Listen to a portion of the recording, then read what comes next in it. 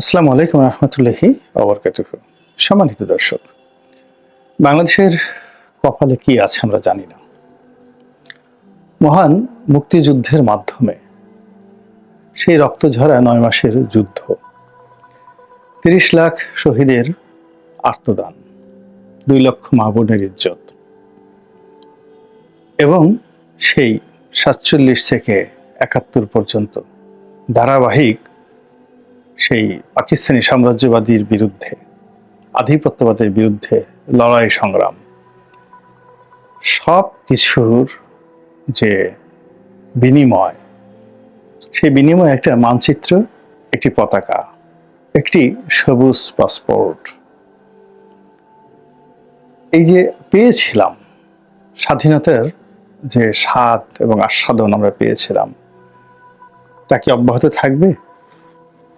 তা কি গৌরবান্বিত হবে? কিংবা আমরা যে মহান মুক্তিযুদ্ধের যে মূল স্পিরিট, সেটিকে ধারণ করতে পারছি? আমাদের এই দেশে মুক্তিযুদ্ধের সপক্ষ শক্তি, মুক্তিযোদ্ধা, ঠিক এই সময়টিতে এখন কারা কারা এটিকে আপহোল্ড করছেন, মাথায় করে নাচছেন যে এটি হাজার বছরের শ্রেষ্ঠ অর্জন, সবকিছু পাওয়া সম্ভব, মুক্তিযুদ্ধ পাওয়া সম্ভব নয়, বরং এটিকে গালি হিসেবে ব্যবহার করার, অর্থাৎ রাজাকার আলবদর আর শামস যেভাবে মুক্তিযোদ্ধারা গালি হিসেবে ব্যবহার করেছে, ঠিক এখন এই মুক্তিযোদ্ধাদেরকে গালি, মুক্তিযুদ্ধের সপক্ষ শক্তিকে গালি এবং মুক্তিযুদ্ধের নীতি এবং আদর্শকে অপমানিত, লাঞ্ছিত করার যে প্রক্রিয়া শুরু হয়ে গেছে, এটির শেষ কোথায়, এটির পরিণতি কি আমরা জানি না। রাষ্ট্রে এই মুহূর্তে যারা আছেন, মুক্তিযুদ্ধের চেতনাকে কারা কারা ধারণ করেন, যারা রাষ্ট্র পরিচালনা করছেন, তাদের বয়স ছিল, তারা কজন যুদ্ধ করতে গেছেন, কজন কলম হাতে ১৯৭১ সনে মুক্তিযুদ্ধের পক্ষে লড়াই করেছেন, কয়জন তার কণ্ঠকে ব্যবহার করে মুক্তিযুদ্ধের পক্ষে একটা উফ শব্দ উচ্চারণ করেছেন, এখন যারা সরকার পরিচালনা করেছেন তাদের মধ্যে কয়জন আছেন, অথবা যারা তরুণ, সেই তরুণদের বাবা কিংবা দাদা, তাদের সঙ্গে মুক্তিযুদ্ধের কি সম্পর্ক ছিল, বা এই মুহূর্তে যারা খুব দাবড়িয়ে বেড়াচ্ছেন, একেবারে রয়্যাল এনফিল্ড মোটরসাইকেলের যে সবচেয়ে পাওয়ারফুল যে ইঞ্জিন সম্বলিত, যেটি ভারতেও আসেনি এখন পর্যন্ত, এরকম ইঞ্জিন নিয়ে ভো ভো করে ২০-২৫টি সাইলেন্সার সম্মিলিত একটা রয়্যাল এনফিল্ড বা একটা বিএমডব্লিউ, এই সকল মোটরসাইকেলগুলো যখন রাজপথে যায়, শব্দ করে মানুষ তাকিয়ে থাকে, তো এইরকম আমাদের দেশে নতুন কিছু রাজনীতিবিদদের মধ্যে এইরকম উচ্চ ক্ষমতা সম্পন্ন রয়্যাল এনফিল্ড মোটরসাইকেল, তারপর বিএমডব্লিউ মোটরসাইকেলের গতি নিয়ে, শব্দ নিয়ে, সাইলেন্সার নিয়ে, চুঙ্গা নিয়ে, হর্ন নিয়ে তারা আমাদেরকে ভয় দেখাচ্ছেন, ঘুরে বেড়াচ্ছেন, ভো ভো ভো করে আওয়াজ করছেন। তারা কি মুক্তিযোদ্ধা নাকি অন্য কিছু?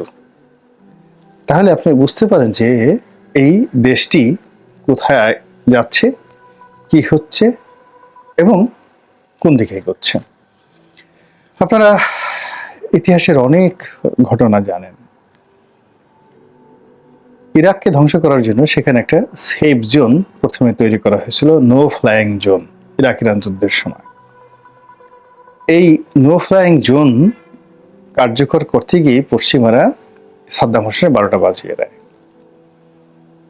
তদ্রূপ এই বাংলাদেশে রোহিঙ্গাদের জন্য, আরাকান আর্মির জন্য একটি সাপ্লাই সেন্ট পয়েন্ট করিডোর তৈরি করে, এটা অনেকটা নো ফ্লাইং জোনের মতো যদি জাতিসংঘের তত্ত্বাবধানে পরিচালনা করা হয়, যেখানে ইচ্ছা করলে বাংলাদেশের প্রধানমন্ত্রী, রাষ্ট্রপতি যেতে পারবেন না, এটা জাতিসংঘের নিয়ন্ত্রণে থাকবে।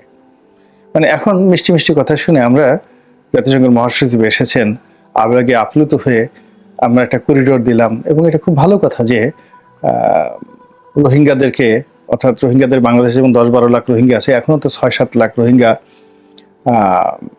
সেই আরাকানে আছে। প্লাস ওখানে বৌদ্ধরাও নির্যাতিত, আরাকান আর্মিদের মধ্যেও অনেক নির্যাতিত রয়েছে। তো সেখানে তো জাতিসংঘের মানবাধিকার সংগঠনগুলো প্লাস খাদ্য সংস্থা যেটা FAO কিংবা WHO, ওয়ার্ল্ড হেলথ অর্গানাইজেশন, তাদের যে মানবিক সহযোগিতাগুলো কিংবা এই যে যেটা শরণার্থী বিষয়ক যে হাই কমিশন, সেই কার্যক্রমগুলো চলতে পারে, অসুবিধাটা কি? তো মানুষ তো বলবে যে না, এত মন্দ কাজ না, এটা তো সদগায় জারিয়া, এটা ভালো কাজ, জাতিসংঘ করতে চাচ্ছে, ক্ষতি কি? কিন্তু এই কাজগুলোকে আবার সংগঠন করার জন্য সেখানে যদি জাতিসংঘের শান্তিরক্ষী বাহিনী এসে যায়, একটা 10টা প্লাটুন শান্তিরক্ষী বাহিনী, এটা তো বাংলাদেশ আর্মিকে দেবে না, সেই শান্তিরক্ষী বাহিনী আসবে বিশ্বের বিভিন্ন দেশ থেকে। এবং সেখানে যদি পাকিস্তানি বাহিনী চলে আসে, সেখানে যদি অন্য কোনো রাষ্ট্রের বাহিনী চলে আসে, তখন অবস্থাটা কি হবে? এখন এই যে আওয়াজগুলো হচ্ছে, আলোচনা হচ্ছে, সমালোচনা হচ্ছে, আমরা কি বলবো বলেন? আমাদের কিছু বলার আছে, শুধু শুনে যাচ্ছি, কিন্তু আমরা প্রতিক্রিয়া ব্যক্ত করতে পারছি না, লিখতে পারছি না, তথ্য নাই, পত্র নেই। এটাকেই দেশের জন্য ভালো হবে না মন্দ হবে সরকারও বলছে না, দায়িত্ববান কোনো ব্যক্তিও বলছে না। আমরা ইউটিউবে যারা 2-4 জন বলার চেষ্টা করছি, আমাদের কতটুকু বা ক্ষমতা আছে, এই হলো একটা। 2 নম্বর হলো ডক্টর মোহাম্মদ ইউনূস ক্ষমতায় আসার পরপরই তার সঙ্গে দেখা করার জন্য, বা তিনি কি একটা অনুষ্ঠানে যেন একেবারে প্রধান মেহমান হয়ে আসলেন। পূর্ব তিমুর নামক একটি খ্রিস্টান রাষ্ট্র আছে, যেটি একসময় ফ্রান্সের কলোনি ছিল, পরবর্তীতে ইন্দোনেশিয়া, স্বাধীন ইন্দোনেশিয়ার অংশ ছিল, এবং সেখানে পশ্চিমাদের অর্থাৎ আমেরিকার মদদে সেই একটা গেরিলা গ্রুপ যুদ্ধ করে তারা আলাদা হয়ে যায়, এবং পশ্চিমাদের চাপে ইন্দোনেশিয়া তাদেরকে স্বাধীনতা দিতে বাধ্য হয়। এবং এর ছোট্ট একটি দ্বীপ রাষ্ট্র, ইন্দোনেশিয়াতে প্রায় 11,000 বা 11,500 দ্বীপ রয়েছে। এই 11,500 দ্বীপের মধ্যে এরকম একটা দ্বীপ রাষ্ট্র হলো পূর্ব তিমুর। সেই পূর্ব তিমুরের যিনি পশ্চিমাদের এজেন্ট, অনেকটা হামিদ কারজাই টাইপের, তার নাম হলো গুসমাও। আবার তাকে সেই প্রেসিডেন্ট বানিয়ে একটা খ্রিস্টান রাষ্ট্র তৈরি করে এই ভারত মহাসাগরে, মানে আপনি বঙ্গোপসাগর, মানে বে অফ বেঙ্গল, তারপরে একটু পার হলেই ভারত মহাসাগর, এবং সেই ভারত মহাসাগরের মধ্যেই আন্দামান নিকোবর দ্বীপপুঞ্জ এবং ইন্দোনেশিয়ার যে অবস্থান, এখানে খুব কাছাকাছি। অর্থাৎ সেন্ট মার্টিন থেকে যদি আপনি খুব ভালো মতো গানবোট চালান, তাহলে খুব বেশি সময় লাগবে না পূর্ব তিমুরে পৌঁছে যেতে সমুদ্র পথে। সেন্ট মার্টিন, পূর্ব তিমুর। তো সেই যে পূর্ব তিমুর প্রতিষ্ঠা করেছে পশ্চিমারা, অত্যন্ত সফল হয়েছে তারা। এবং এই লোকটিকে, মিস্টার গুসমাওকে, যাকে বলা হয় শক্তিশালী করার জন্য তারা সেখানে তাকে নোবেল পুরস্কার দিয়েছে, শান্তিতে নোবেল পুরস্কার দিয়েছে। তো বুঝতে পারেন যে ব্যাপারটা কি। তো সেই গুসমাও সাহেব বাংলাদেশে এসে ভ্রমণ করে গেছেন। এটা আমার কাছে অনেকটা কেমন যেন মনে হয়। আমি মাঝে মধ্যে বিভিন্ন লোককে, যারা সিরিয়াস বিষয় নিয়ে তর্ক বিতর্ক করেন, তাদের কথাবার্তা শুনে আমি মাঝে মধ্যে অবাক হয়ে যাই। যেমন অনেকে বলেন যে আমার বাড়ির সামনের দিয়ে কিভাবে যেন আজরাইল আনাগোনা করছে, আমি টের পাচ্ছি, এরকম। তো বা ওই যমদূত বোধহয় খুব কাছাকাছি চলে আসছে, আজরাইলের হাত বোধহয় আমার এই হলকুমের কাছে চলে এসেছে, এরকম কথা বলে অনেকে নিজের অসহায়ত্ব বোঝার চেষ্টা করেন। তো বাংলাদেশে এই মুহূর্তে পশ্চিমাদের খুব আনাগোনা, এবং ইউরোপীয় ইউনিয়ন বাংলাদেশকে একটি সেফ ল্যান্ড হিসেবে স্বীকৃতি দেওয়ার জন্য যে কর্মপন্থা তৈরি করেছে, তারা প্রথমত অ্যাসার্টিন করেছে যে এটি একটি নিরাপদ আবাসভূমি, যা কিনা বাংলাদেশের জন্য এই মুহূর্তে হিতে বিপরীত হবে।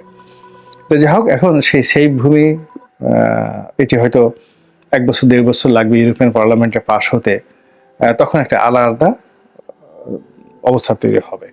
তো পশ্চিমাদের এর বাইরে আমেরিকান যে সমস্ত লোকজন, ডোনাল্ড ট্রাম্পের সরকারের কর্তা ব্যক্তিরা, আমেরিকান ব্যবসায়ীরা, আমেরিকার বিভিন্ন গোয়েন্দা সংস্থার যারা লোকজন রয়েছে তারা, তারপর ইসরায়েলি গোয়েন্দা সংস্থা মোসাদের যারা লোকজন রয়েছে, তারা যেভাবে এখানে তৎপরতা চালাচ্ছে, এবং একই সঙ্গে এই বাংলাদেশে রয়ের যে তৎপরতা নিয়ে খুব লেখালেখি হচ্ছে, বিশেষ করে প্রো ইসলামিক যারা গ্রুপগুলো রয়েছে, এখানে ভারতীয় দূতাবাসে রাজেশ নামক একজন ভদ্রলোক কর্মরত রয়েছেন, যিনি খুবই অ্যাক্টিভ, তাকে এখানে পলিটিক্যাল কোনো একটা পদ পদবিতে বসায় রাখা হচ্ছে। তিনি নাকি আসলে বাংলাদেশে রয়ের স্টেশন চিফ মিস্টার রাজেশ। তো সেই মিস্টার রাজেশ জামাতের লোকদের সাথে বসছে, বিএনপি লোকদের সাথেও তার যোগাযোগ আছে বাংলাদেশে। মানে এই মুহূর্তে রাজেশ সবচেয়ে ওয়েল কানেক্টেড একজন কূটনৈতিক ব্যক্তিত্ব। তার যেখানে প্রয়োজন তিনি তার বাসায় চলে যাচ্ছেন, বাইরে বসছেন, ভিতরে বসছেন। এই রাজেশকে কেন্দ্র করে ইসলামপন্থী পত্রপত্রিকাগুলো, মিডিয়াগুলো নিদারুণ সব ভয়ঙ্কর খবর প্রচার করছে যে এই রাজেশ বাংলাদেশে এখন যে তৎপরতা শুরু করেছে, সরকারের উচিত ইমিডিয়েটলি রাজেশকে বাংলাদেশ থেকে বের করে দেওয়া। এখন রাজেশ আসলে রয়ের লোক কিনা, আর রয়ের লোক হলে তো সেখানে সম্বোধন করেন মোসাদেরও, রাজেশের যদি তৎপরতা থাকে সেখানে মোসাদেরও তৎপরতা থাকবে। এবং এখানে আরো একটা জিনিস দেখলাম যে এই যে মোসাদের একটা মেহেদি এম সাফাদি একসময় জয়ের সাথে দেখা করেছে, সে এখন মানে মিডিয়াতে এসে তার কার কার সাথে বাংলাদেশে যোগাযোগ হয়েছে, কে কি হয়েছে, অর্থাৎ এই সময়টিতে বাংলাদেশের রাজনীতিতে ঘোলাট করার জন্য সে প্রচার করে দিচ্ছে যে অমুক অমুক লোক বাংলাদেশে মোসাদের এজেন্ট, তারা ইসরায়েলের এজেন্ট হতে চায় এবং তারা বাংলাদেশ সম্পর্কে সবসময় নেতিবাচক ধারণা পোষণ করেছে এবং যে কোনো মূল্যে ক্ষমতায় যাওয়ার জন্য তারা ইসরায়েলের দোষর হতে চেয়েছে। এই কথাগুলো মোসাদের কোনো লোক যদি যখন বলা শুরু করে, আপনি বুঝেন যে মোসাদ এখানে তাদের যে রিক্রুটমেন্টগুলো, সেই রিক্রুটমেন্টগুলো তারা পরিবর্তন করতে চাচ্ছে। আগের রিক্রুটমেন্টগুলোকে তারা বাতিলের খাতায়, খরচের খাতায় ফিরে দিয়েছে। তো এই মোসাদ এবং এই দুটো খুবই ইফেক্টিভ, যারা অন্য অন্য দেশে গিয়ে হত্যাকাণ্ড পর্যন্ত ঘটিয়ে ফেলে, এবং সেটা আমেরিকার মাটিতে এবং সেটা কানাডার মাটিতে। এবং তারা মানে মোসাদ এবং এমনও ঘটনা ঘটেছে ইউরোপ এবং আমেরিকার অনেক দেশ থেকে তাদের টার্গেটেড লোককে তারা তুলে নিয়ে এসেছে, সেখান থেকে এনে তারপরে তাদের নিজের দেশে এনে বিচার করেছে বা হত্যা করেছে। তো এখন বাংলাদেশে রাজেশ বলেন বা মোসাদ বলেন, তাদের যে তৎপরতা, এই তৎপরতা নিয়ে শুধু যারা খবর প্রচার করছেন, এখানে এই খবর দেখলাম শুনলাম এর মধ্যে নয়, যদি ঘটনা সত্য হয়ে থাকে এখানে আপনাকে হিসাব করতে হবে যে হঠাৎ এই তৎপরতার কারণটা কি। তো যেটি বলছিলাম যে নতুন একটি খ্রিস্টান রাষ্ট্র বাংলাদেশে গঠন করার জন্য যে প্রক্রিয়া, এটা অনেক আগের থেকে চলছে। তো অনেক আগের থেকে চলছে এবং সেটা শেখ হাসিনার জামানাতে আমরা শুনে এসেছি। শেখ হাসিনা বারবার সেটা বলেছেন, প্রথমে বলতে চাননি এবং আমি এটা নিয়ে একটা লেখাও লিখেছিলাম। এর কারণ হলো শেখ হাসিনার জামানাতে সম্ভবত 2020 সনের দিকে আমি একবার বান্দরবনে গিয়েছিলাম। তো ওখানে আওয়ামী লীগের যে সাধারণ সম্পাদক ছিলেন, ওনার নামও মুজিব সাহেব, খুবই প্রাজ্ঞলোক এবং খুবই জনপ্রিয়, স্থানীয় বাঙালিদের মধ্যে খুবই জনপ্রিয় রাজনীতিবিদ। কিন্তু বীর বাহাদুর এমপি যে ছিল বা মন্ত্রী ছিল, তার সঙ্গে তার দ্বন্দ্বের কারণে তিনি সেই দল থেকে বহিষ্কৃত হয়েছিলেন। তো তিনি আমাকে অনেক কথা বলেছিলেন, টোটাল পার্বত্য এলাকার যে একটা মানচিত্র এবং ওখানে কি করা দরকার। আমার কাছে মনে হয় বাংলাদেশে যে কজন লোক এই ব্যাপারে এক্সপার্ট রয়েছেন, ইভেন বেটার দ্যান মিলিটারিতে ওখানে যে সমস্ত লোক কমান্ডার হিসেবে দায়িত্ব পালন করেছেন, কোর কমান্ডার হিসেবে দায়িত্ব পালন করেছেন, ব্যাটালিয়ন কমান্ডার হিসেবে দায়িত্ব পালন করেছেন, ব্রিগেড কমান্ডার হিসেবে দায়িত্ব পালন করেছেন, তাদের চাইতে এই যে আওয়ামী লীগ নেতা, সাবেক আওয়ামী লীগ নেতা জনাব মুজিব বান্দরবনে থাকেন, তাকে আমার অনেক অভিজ্ঞতা সম্পন্ন মনে হয়েছে এবং বাস্তব, প্র্যাকটিক্যাল, এবং জনগণকে, সেটা পাহাড়ি জনগণ বলেন কিংবা বাঙালি বলেন, তাদের মুভ করার মতো যে ক্ষমতা, পলিটিক্যাল পাওয়ার, আমার কাছে পুরো ওই অঞ্চলে সবচেয়ে বেশি এই লোকটিকে মনে হয়েছে পুরো এলাকাতে। এবং তাকে ওই এলাকাতে আমি তখনই শুনে এসেছি যে পুরো পার্বত্য 3 জেলাতে তাকে সবাই বঙ্গবন্ধু, মানে দ্বিতীয় বঙ্গবন্ধু বা পার্বত্য অঞ্চলে বঙ্গবন্ধু হিসেবে সম্বোধন করেন। তো তিনি আমাকে ওই 2020 সনের দিকে যেভাবে খ্রিস্টান রাষ্ট্রের কথা বলেছিলেন, যেভাবে কুকি সিনদের কথা বলেছিলেন, আরশার কথা বলেছিলেন, আরাকার আর্মিদের কথা বলেছিলেন, ঠিক সেম ঘটনাই এখন ঘটছে। এবং ওই তার সঙ্গে বৈঠকের উপর ভিত্তি করে আমি তখন সেই 2020 সনেই নয়াদিগন্তে একটা লেখা লিখেছিলাম। কিন্তু আফসোস যে শেখ হাসিনা সরকারের পক্ষ থেকে তখন কিন্তু স্বীকার করা হয়নি। যেটা মুজিব আমাকে যেটা জানিয়েছিলেন যে আলটিমেটলি সেই পার্বত্য জেলাকে বিচ্ছিন্ন করে এবং মায়ানমারের যে অংশটিতে যুদ্ধ চলে সেই অংশটিকে একত্র করে আলাদা মানচিত্র তৈরি করা হয়ে গেছে। পতাকা তৈরি করা হয়ে গেছে, সংবিধান তৈরি করা হয়ে গেছে, এবং প্রবাসী সরকার গঠন করে তারা ব্যাংককে বসে, ভিয়েতনামে বসে, লাওসে বসে তৎপরতা চালাচ্ছে। 2020 সনের ঘটনা। এবং এই যে তারা যে তৎপরতা চালাচ্ছে, এটার সঙ্গে আমেরিকার মদত রয়েছে, আমেরিকা সেই জিনিসগুলো চাচ্ছে। এখন সেই ঘটনা যখন এই সময়টিতে এসে নাড়াচাড়া দিচ্ছে, আর মিস্টার গুশমাও যখন বাংলাদেশে এসে ভ্রমণ করে গেছেন, আপনি বুঝেন যে আমি যেহেতু আগেই ঘটনাটা 2020 সনে জেনে গেছি, ফলে আমার ভিতরে হৃদকম্পনটা কেমন হচ্ছে। আমার অনেক বন্ধু বান্ধব, আপনজন, তাদের কক্সবাজারে ব্যবসা বাণিজ্য রয়েছে, বড় হোটেল রয়েছে, রিসোর্ট রয়েছে। আর কক্সবাজারকে নিয়ে আমি গর্ব করি। আমি পৃথিবীর বহু দেশ ভ্রমণ করেছি, বহু নামকরা সমুদ্র সৈকত, গ্র্যান্ড যেটাকে বলা হয় সমুদ্র সৈকত ভ্রমণ করেছি। বিশ্বাস করেন, কক্সবাজার সমুদ্র সৈকতের মতো এত সুন্দর সমুদ্র সৈকত আমি কোথাও দেখিনি। আমার কাছে মনে হয় পৃথিবীর সেরা সমুদ্র সৈকত। আমি সবাই পেলে সেখানে যাই। ফলে আমি আমার জীবনের বিনিময়ে আমি কক্সবাজার হারাতে চাই না কোনো অবস্থাতে। আমি বান্দরবন গিয়েছি, এই যে কি যে ন্যাচারাল নিসর্গিক সৌন্দর্য, আমি বান্দরবন হারাতে চাই না। আমি রাঙামাটি গিয়েছি, আমি রাঙামাটি হারাতে চাই না। চট্টগ্রাম গিয়েছি, আমার ব্যবসা বাণিজ্য চট্টগ্রামে সেই 92-93 সন থেকে, অফিস এখনো আছে, ব্যবসা বাণিজ্য চলছে। চট্টগ্রাম আমি হারাতে চাই না, বন্দর আমি হারাতে চাই না। আমার ব্যবসা বাণিজ্য শুরু চট্টগ্রাম বন্দর দিয়ে, সেখান থেকে আমার রিজিক এসেছে। ওই বন্দরের একটা ধুলাবালি আমি মাথায় করে নাচতে চাই, ওই বন্দরের একটা লেবার, একটা ইকুইপমেন্ট, সারা রাত আমি বন্দরে কাটিয়েছি, দিনের পর দিন, বছরের পর বছর আমি সেই চট্টগ্রাম বন্দরে মানে সারা রাত দায়িত্ব পালন করেছি ব্যবসায়িক কাজে। দিনে হোটেলে ঘুমিয়েছি, রাতে ডিউটি করেছি। ব্যবসা যখন 91-92 সালে শুরু হলো, আমি এখানে আমার একটা মোটরসাইকেল চালিয়ে সেই তখন পুরো বন্দরের মধ্যে ঘুরতে হতো। তো শিপিং ব্যবসা যারা করেন তারা বুঝেন যে এই কাজটা কি, স্টিভিডিয়ন যারা করেন তারা বুঝেন। তো সেই কাজগুলো আমি করতাম। আবার হাতে যখন অবসর সময় আসতো, আমি সেই চট্টগ্রামের সেই পাহাড়ের উপরে উঠে যেতাম, পাহাড়তলিতে চলে যেতাম, রেল স্টেশনে চলে যেতাম, এবং বিভিন্ন হোটেলে গিয়ে চট্টগ্রামের সে খাবার দাবার খেতাম। ফলে চট্টগ্রামকে কেন্দ্র করে আমার আবেগ রয়েছে, অনুভূতি রয়েছে। আমার জীবনের বিনিময়ে আমি এই জিনিসগুলো হারাতে চাই না।